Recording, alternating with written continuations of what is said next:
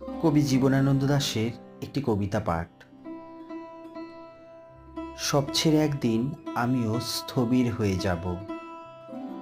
সেদিন শীতের রাতে সোনালি জরির কাজ ফেলে প্রদীপ নিভিয়ে রব বিছানায় শুয়ে। অন্ধকারে ঠেস দিয়ে জেগে রব বাদুড়ের আঁকাবাঁকা আকাশের মতো। স্থবিরতা, কবে তুমি আসবে বলো তো?